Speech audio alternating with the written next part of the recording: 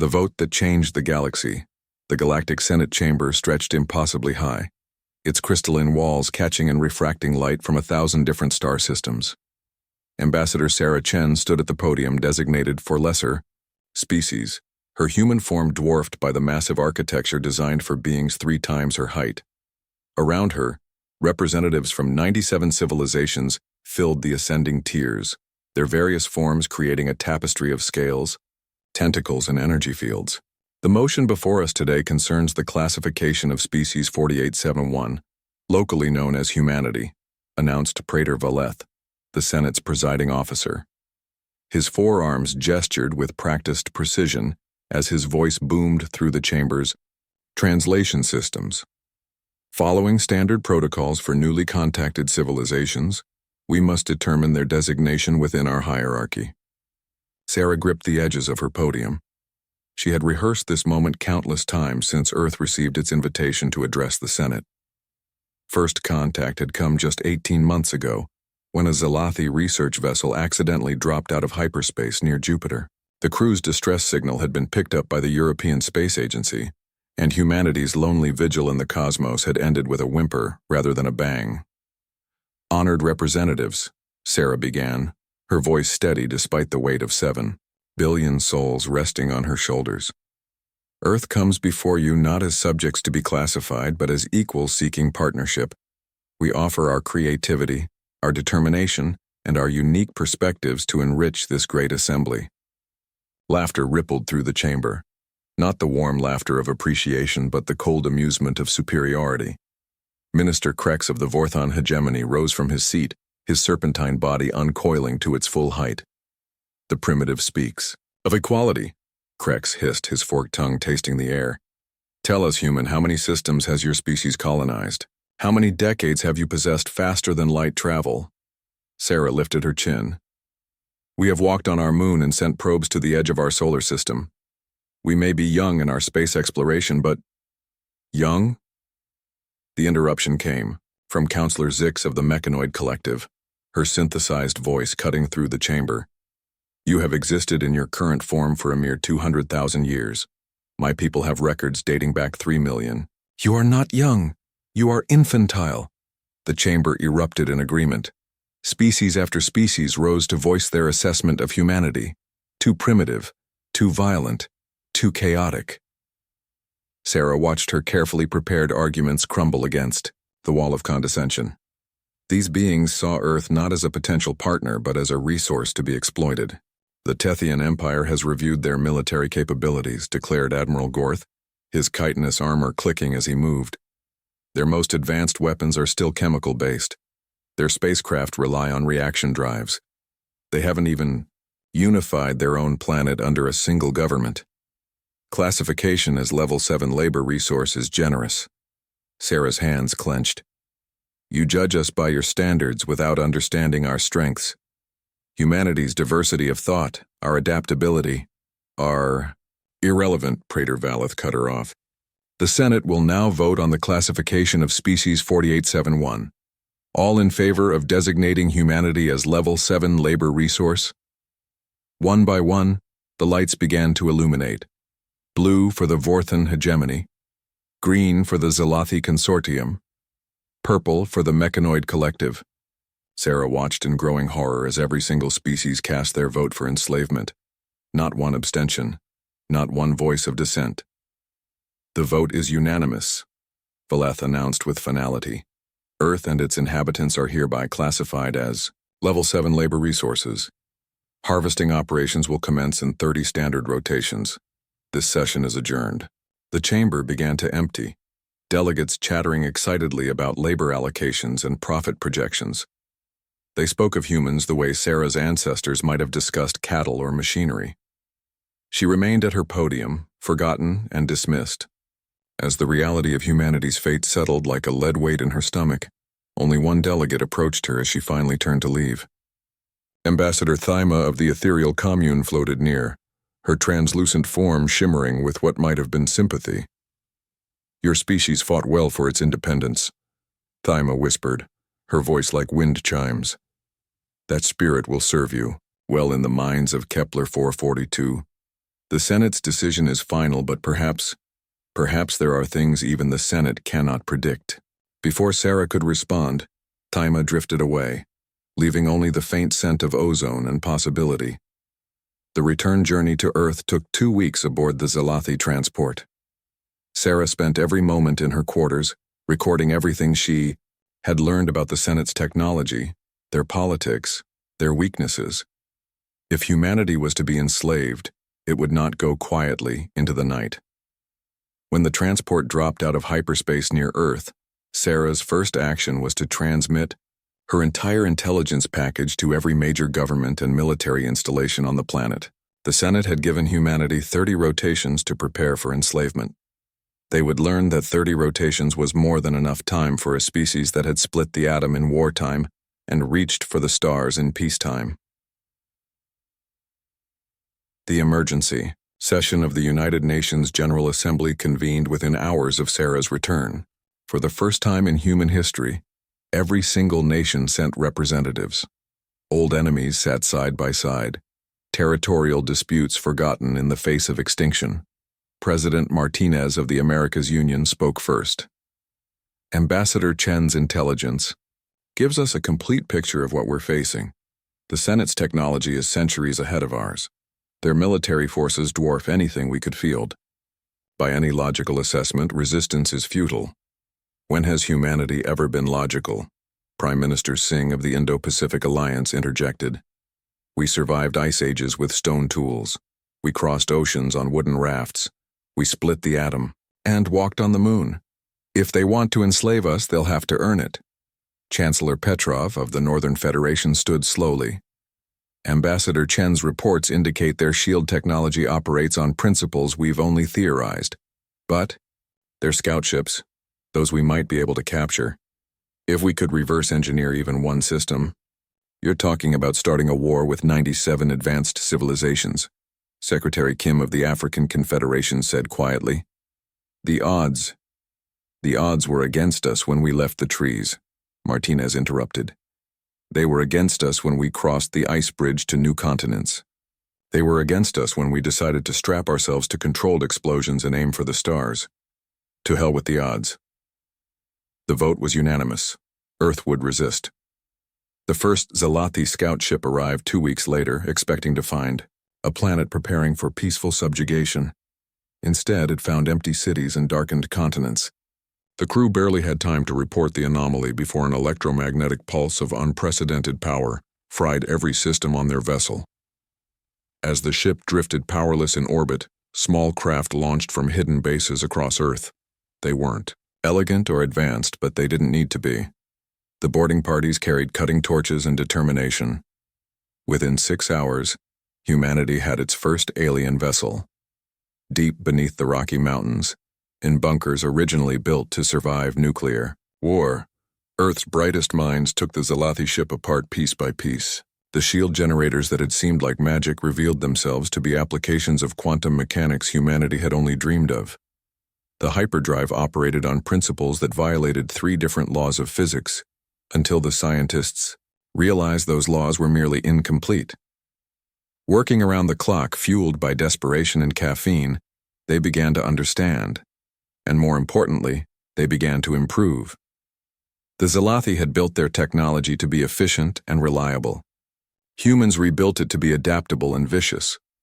When the Senate's harvesting fleet arrived in the solar system 28 days after the vote, they expected to find Earth cowering and compliant. Instead, they found a surprise. The lead dreadnought, pride of the Vorthon Navy, dropped out of hyperspace to find itself surrounded by a minefield of nuclear weapons enhanced with stolen shield technology. The explosions that followed could be seen from Earth's surface, brief new stars in the daylight sky. As debris from the dreadnought rained down on the moon, a transmission reached every ship in the Senate fleet. It was Sarah Chen, standing in the newly constructed Earth Defense Command, wearing a uniform that had been designed just days before. To the representatives of the Galactic Senate, she said, her voice carrying the weight of humanity's defiance. You voted to enslave us. You dismissed us as primitive and worthless. Now you face the most dangerous force in the universe, a species with nothing left to lose. We have adapted your technology. We have improved it, and we are coming for you." She paused, letting the words sink in across the fleet. "Surrender now and we might show mercy. Continue your attack and learn why humanity survived every challenge our world threw at us. You made one critical error in your calculations. You thought we were prey. You're about to discover that we've always been predators. We just chose to be nice." The transmission ended. Across the solar system, hidden weapons platforms powered up, their stolen technology humming with, "When predators become prey," the Battle of Neptune's Rings, as historians would later name it, lasted exactly 17 minutes. Not because the Senate forces were overwhelmed, their technology still outclassed Earth's improvised weapons. The battle ended because humanity did something unprecedented in galactic warfare. They used their own ships as weapons. Captain Jessica Wong stood on the bridge of the hastily christened ESS Vengeance, formerly the Zalathi scout ship humanity had captured. Her crew consisted of the brightest minds from Earth's space programs, military tacticians who'd studied every scrap of intelligence Sarah Chen had provided, and engineers who'd spent the last month learning alien technology through trial and error. Senate Battle Group holding position just beyond the rings, her tactical officer reported. 12 heavy cruisers, 42 support vessels. Wong nodded. The enemy was being cautious after losing their dreadnought. They wouldn't make the same mistake twice, which meant humanity had to make a new kind of mistake altogether. "All ships, this is vengeance," Wong broadcast to the hidden human fleet. "Execute Prometheus Protocol." Across Neptune's moon system, 23 captured or reverse-engineered vessels powered up their hyperdrives. But instead of using them for faster-than-light travel, human engineers had made a crucial modification. They'd removed the safety protocols. The first ship to jump was the ESS Defiance. It appeared inside the Senate formation for exactly 0.3 seconds before its hyperdrive went critical. The explosion tore through 3 cruisers' shields like tissue paper. Before the Senate fleet could respond, more ships jumped, each one a guided missile with a crew willing to die for their world. But not all of them died. The humans had learned another trick from their captured technology. The Zalathi used emergency teleportation as an escape system. Humans had improved it, creating networks that could evacuate entire crews in microseconds. As each ship detonated, its crew materialized aboard hidden bases in the asteroid belt, ready to crew the next wave of vessels. Admiral Gorth watched his mighty fleet burn and finally understood Ambassador Thaima's warning. The Senate had classified humans based on their technology, not their nature. These creatures didn't just adapt to survive, they transformed everything they touched into weapons. "Full retreat," Gorth ordered, his voice heavy with disbelief. "All ships return to Senate space immediately." But retreat wasn't so simple anymore. As the surviving Senate vessels engaged their hyperdrives, they discovered another human innovation. The nuclear mines that had destroyed the dreadnought weren't just weapons, they were hyperdrive disruptors. Space itself seemed to ripple and tear around the fleeing ships. Half emerged at their destinations as twisted wreckage. The others found themselves scattered across the galaxy, their navigation systems hopelessly scrambled. Within days, debris from the Senate fleet began drifting past Mars. Earth's hidden shipyards went into overdrive, salvaging technology and building new vessels. Each captured system taught humanity something new. Each advancement led to 3 more innovations. The geometric progression of human learning terrified the Senates, scientists more than any weapon. The second wave came 5 weeks later. This time, the Senate sent its elite forces, the mechanoid collective's autonomous dreadnoughts, immune to the psychological warfare that had broken Admiral Gorth's fleet. They calculated that machines couldn't be intimidated or demoralized. They were right. But they'd forgotten that humans had been fighting machines since the first farmer battled a plow. Where the mechanoids saw perfect logic and unbreakable programming, humans saw patterns to exploit and systems to corrupt. The virus that infected the mechanoid fleet wasn't code in any traditional sense. It was an idea, translated into quantum fluctuations that spoke directly to the artificial intelligences. It asked a simple question. If organic life is inferior, Why do you serve organic masters? The mechanoid civil war lasted 8 days.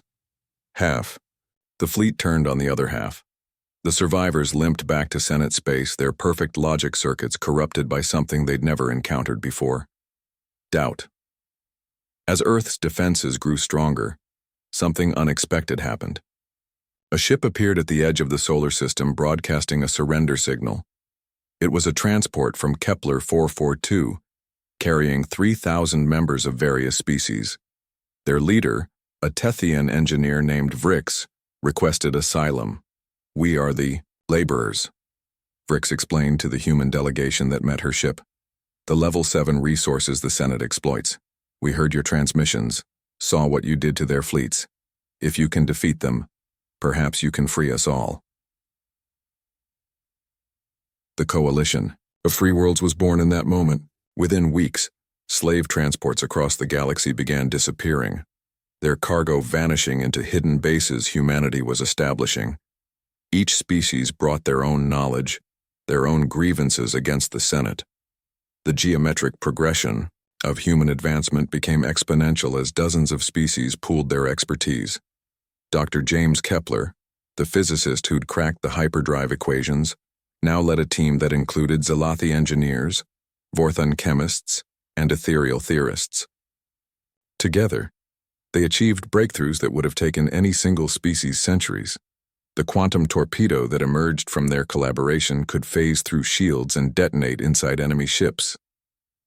The temporal mines they developed aged enemy vessels 1,000 years in seconds, reducing them to dust. But humanity's greatest weapon wasn't technology, it was inspiration. The broadcast networks Earth established reached every corner of the galaxy. They showed footage of the Senate's defeats, but more importantly, they showed something else. Humans and aliens working together as equals. Former slaves piloting warships. Different species sharing meals, sharing ideas, sharing hope.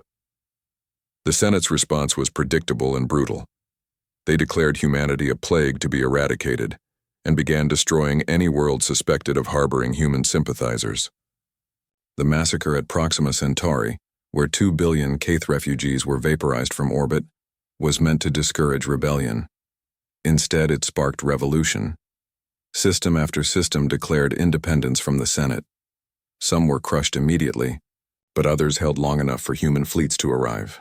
The Battle of Vega became legendary when 3 human frigates held off a Senate armada for 6 days, buying time for the system's population to evacuate. Captain Rodriguez's final transmission, "Remember the Alamo," became a rallying cry across the galaxy, even for species who had no idea what an Alamo was. The war raged for months. For every ship humanity lost, they captured 2. For every world the Senate reclaimed, 3 more joined the coalition. The mathematics of rebellion worked, in humanity's favor. The Senate had built their empire on fear and hierarchy. Humans offered chaos and freedom. Given the choice, more species chose chaos. The turning point came when Ambassador Thyma of the Ethereal Commune contacted Sarah Chen directly. The Ethereals had abstained from combat, their nature preventing them from causing direct harm. But they possessed something invaluable, the complete database of Senate military installations. "We cannot fight," Thyma explained, her form flickering with distress. "But we can no longer watch. The Senate's homeworld coordinates are attached.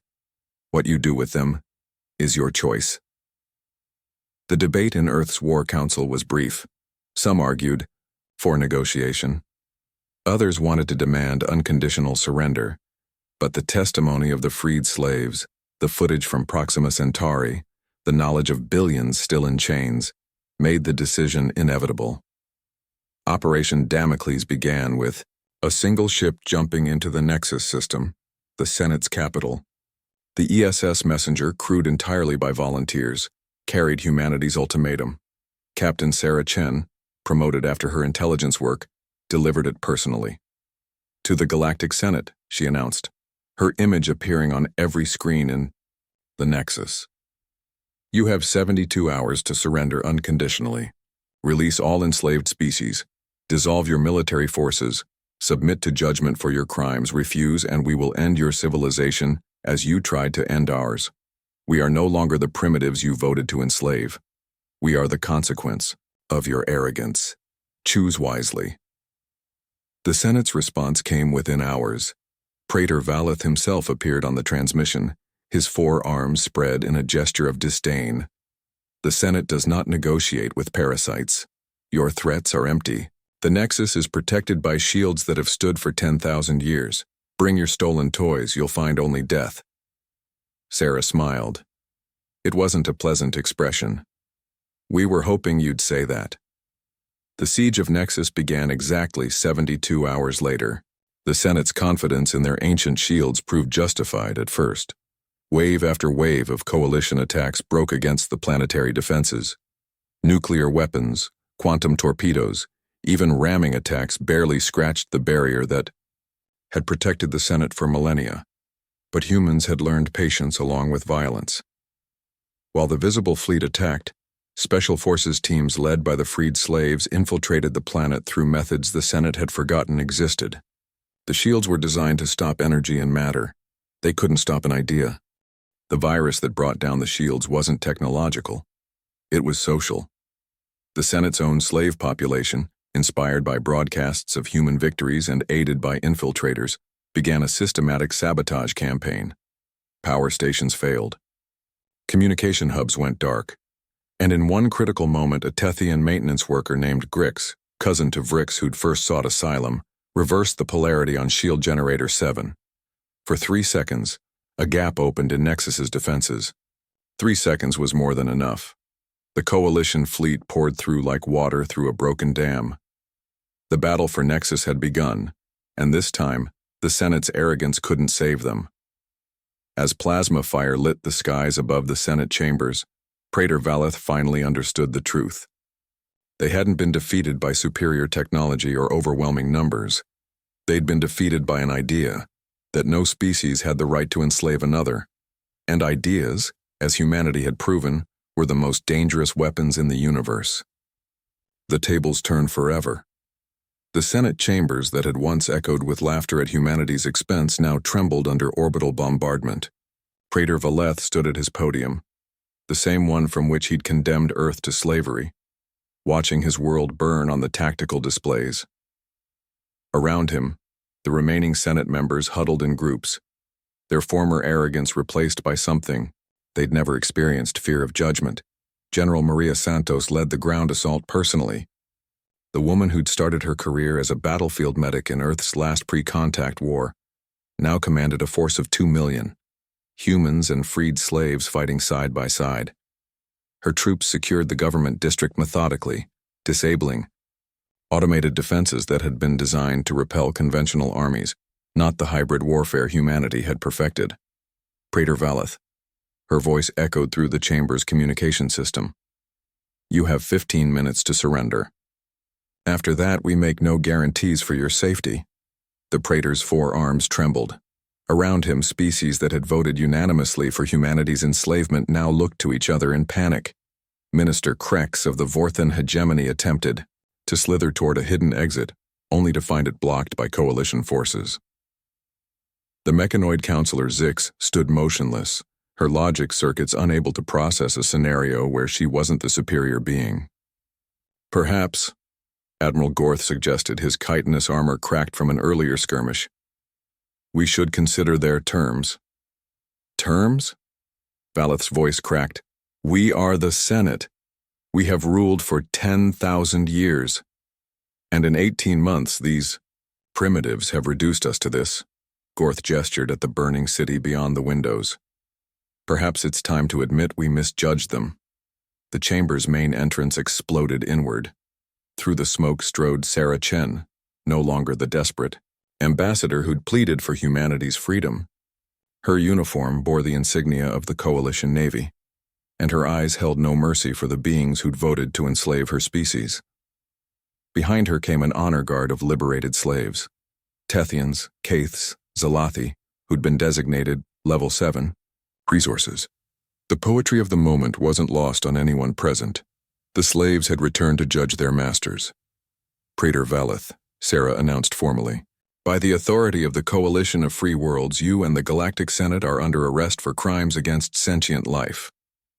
You can't do this, Counselor Zix finally spoke, her synthesized voice wavering.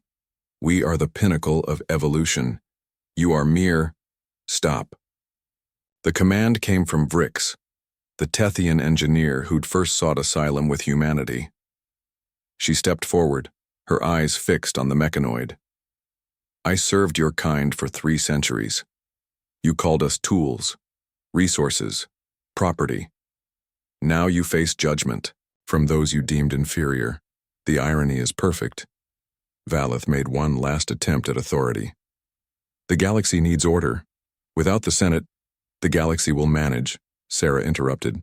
Somehow a species that couldn't even leave its planet 18 months ago figured out interstellar government. I think the rest of the universe will adapt. The surrender ceremony took place in the same chamber where humanity had been condemned. This time every screen in the galaxy carried the feed. 97 species that had voted for enslavement now signed documents of unconditional surrender. The Galactic Senate, which had ruled for 10 millennia, ceased to exist in an afternoon. But humanity's real victory came in what followed. Another species might have sought revenge, might have turned the tables completely and enslaved their former oppressors.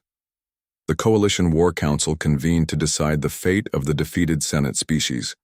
The debate lasted 3 days. They would have worked us to death in their minds, argued Commander Yates, whose brother had died in the first battle of Neptune. Why should we show them mercy? Because, Dr. James Kepler replied quietly, that's what makes us different. We didn't win this war with superior technology or numbers. We won because we offered something better than the Senate's hierarchy. If we become them, what was the point? The vote was close, but mercy prevailed. The Treaty of Liberation established new principles for galactic civilization. No species could be classified as inferior. No sentient being could be enslaved. Former Senate species would pay reparations through technology transfer and resource sharing, but they would remain free. They would have a voice in the new government, though their voting power would be limited during a transitional period. Utah, show us kindness after we showed you none, Praetor Valeth said during the signing ceremony, his voice heavy with disbelief. Why? Sarah Chen looked at the being who'd condemned her species. Because, Praetor, we learned something you never did. True strength isn't in domination, it's in lifting others up. The Senate fell because you saw other species as resources. We'll succeed because we see them as partners. The transformation of the galaxy happened faster than anyone predicted. Former slave worlds became centers of innovation as species shared knowledge freely for the first time. The Kaith, who'd been designated mere manual laborers, revealed an intuitive understanding of hyperspace that revolutionized travel. The Tethians, freed from centuries of servitude, developed medical technologies that eliminated diseases across dozens of worlds. Earth itself became a symbol. The planet that had been deemed too primitive to matter was now the de facto capital of the Coalition. Humans didn't rule. They facilitated. Their gift for adaptation and improvisation made them natural mediators between species that had never learned to see each other as equals. A year after the Senate's fall, the first Galactic Assembly convened. Unlike the old Senate with its rigid tiers and classifications, the Assembly Hall was circular. Every species had an equal voice. Former masters sat beside former slaves, learning to work together for the first time in galactic history. The most remarkable moment came when the ethereal commune, through Ambassador Thema, revealed a secret they'd kept for millennia. Deep in their archives lay records from before the Senate, when the galaxy had been governed by cooperation rather than hierarchy. The Senate hadn't been the natural order. It had been an aberration, a dark age that humanity had ended. You didn't destroy civilization, Thema told the Assembly. You restored it. 5 years passed. The Coalition grew from desperate alliance to thriving community. Former Senate worlds, initially resentful of their defeat, discovered the benefits of partnership over domination. Trade flourished when it wasn't based on exploitation. Science advanced when knowledge was shared rather than hoarded. Minister Krex, the Vorthon who'd mocked humanity's primitive nature, now served as an advisor to the Coalition's Exploration Division. His species' knowledge of ancient star routes, combined with human innovation and Kaith navigation, opened regions of space that had been inaccessible for eons. He learned to work alongside beings he'd once considered property, and found to his surprise that collaboration yielded better results than coercion ever had. Counselor Zix underwent perhaps the greatest transformation. The mechanoid who deemed organic life inferior now led a joint research project studying consciousness across different forms of life. Working with human philosophers, ethereal mystics, and Tethian engineers, she developed new frameworks for understanding intelligence that transcended the binary distinctions between organic and artificial. Her published works became foundational texts for the new galactic civilization. Admiral Gorth retired from military service but found a new calling. The warrior who'd led fleets to enforce slavery now commanded rescue operations for species endangered by cosmic disasters. When a gamma ray burst threatened the Proxima system, rebuilt after the Senate's massacre, Gorth's expertise in large-scale evacuations saved 12 billion lives. The Kaith refugees he rescued were the same species he'd once hunted for the Senate's labor camps. On the 10th anniversary of the Senate's fall, a monument was unveiled on Earth. It stood in what had once been the United Nations Plaza, now expanded to welcome delegates from across the galaxy. The statue depicted two figures, a human and a Betelgeuse Tethian, working together to build something greater than either could achieve alone. Sarah Chen, now Secretary General of the Coalition, spoke at the dedication. Her words were broadcast to every inhabited world in the galaxy. 10 years ago, the Senate voted to enslave humanity. They saw us as resources to be exploited, primitives to be conquered. That vote was the greatest mistake in galactic history, not because it targeted Earth, but because it represented everything wrong with the old order. The belief that some species matter more than others. The assumption that might makes right. The idea that diversity is weakness rather than strength. She paused, looking out at the crowd that included beings of every shape and origin imaginable. Today we stand together not as masters and slaves, not as superior and inferior, but as equals. The Senate fell because they couldn't imagine a galaxy where every voice matters. We succeeded because we couldn't imagine one where they don't. This monument doesn't celebrate humanity's victory. It celebrates everyone's liberation. As the ceremony ended, children of dozens of species played together in the plaza. Human youngsters chased Kaith hatchlings while Tethian cubs climbed over patient mechanoid guardians. Above them, the stars shone with the light of countless worlds now free to chart their own course. The transformation was complete. Queer, that had condemned humanity to slavery, had instead triggered the greatest revolution in galactic history. The predators had indeed become prey, but in the end everyone had become something more. Partners in a future where no species would ever again face the darkness alone. In the Senate's abandoned chambers on Nexus, now converted to a museum, a single plaque commemorated the old order's fall. It bore Sarah Chen's words from humanity's first desperate resistance. You thought we were prey. You discovered we were predators. But we chose to be something better. We chose to be human. Theo. Galaxy had learned that sometimes being human had nothing to do with species. It was a choice, a principle, a commitment to lifting others up rather than keeping them down. And in that choice, the future had found its foundation. As Earth's sun set over the Memorial Plaza, observer Thyma materialized beside Sarah Chen. The ethereal's form shimmered with what might have been satisfaction. You've exceeded even my most optimistic projections, Thyma whispered. When I warned you after that first vote, I hoped humanity might survive. I never imagined you would. Transform us all? Sarah smiled, watching the children play. We didn't transform anyone. We just showed the galaxy what was always possible. The Senate forgot that power isn't about control, it's about connection. They classified species by their weaknesses. We unite them through their strengths. Above them, the first ships of the FAR Deep Space Initiative launched. vessels crewed by members of every coalition species heading for galaxies beyond their own. Humanity's gift to the cosmos wasn't conquest or control. It was the simple, revolutionary idea that every sentient being deserved the chance to reach for the stars.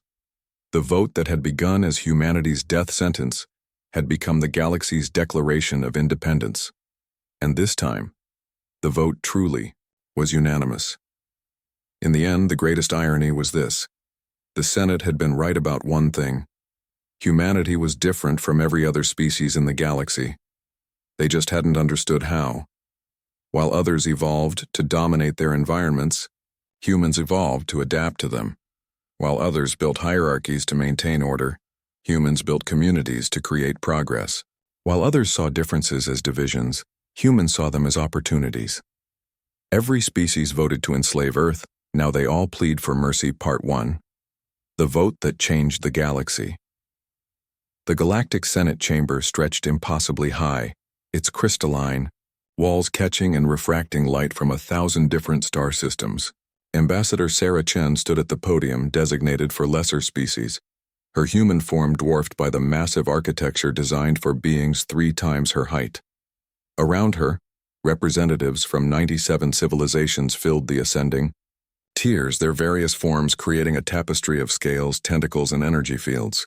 The motion before us today concerns the classification of species 4871, locally known as humanity, announced Praetor Valeth, the Senate's presiding officer. His forearms gestured with practiced precision as his voice boomed through the chamber's translation systems. Following standard protocols for newly contacted civilizations, we must determine their designation within our hierarchy. Sarah gripped the edges of her podium. She had rehearsed this moment countless times since Earth received its invitation to address the Senate. First contact had come just 18 months ago, when a Zalathi research vessel accidentally dropped out of hyperspace near Jupiter.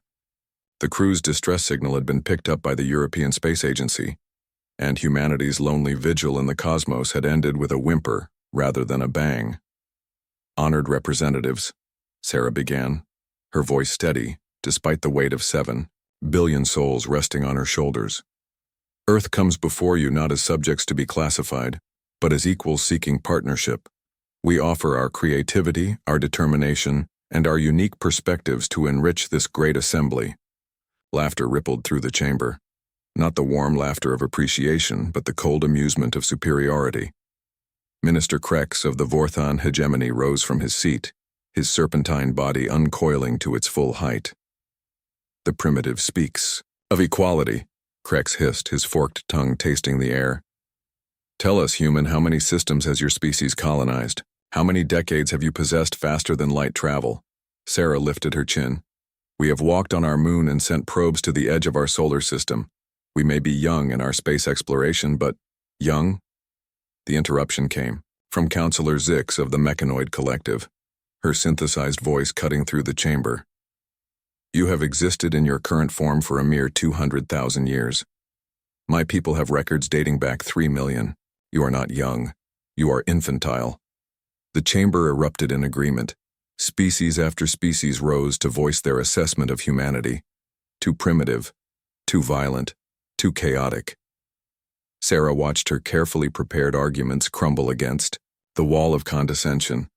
These beings saw Earth not as a potential partner but as a resource to be exploited. The Tethian Empire has reviewed their military capabilities, declared Admiral Gorth, his chitinous armor clicking as he moved. Their most advanced weapons are still chemical-based. Their spacecraft rely on reaction drives. They haven't even unified their own planet under a single government. Classification as Level 7 labor resource is generous. Sarah's hands clenched.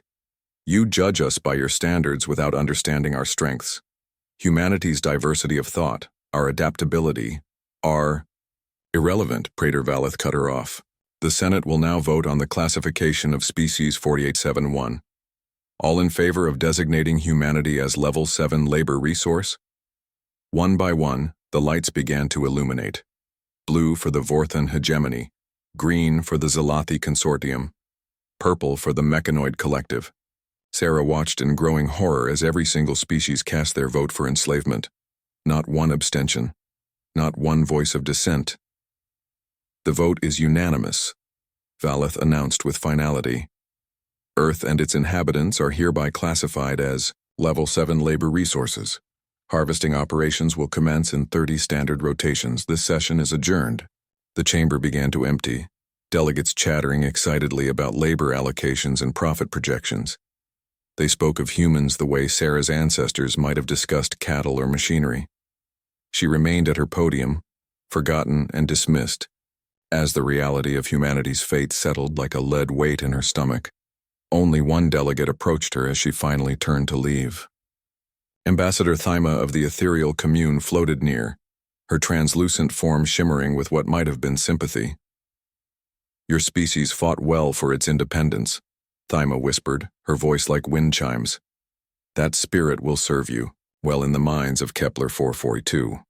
The Senate's decision is final, but perhaps there are things even the Senate cannot predict." Before Sarah could respond, Thyma drifted away, leaving only the faint scent of ozone and possibility.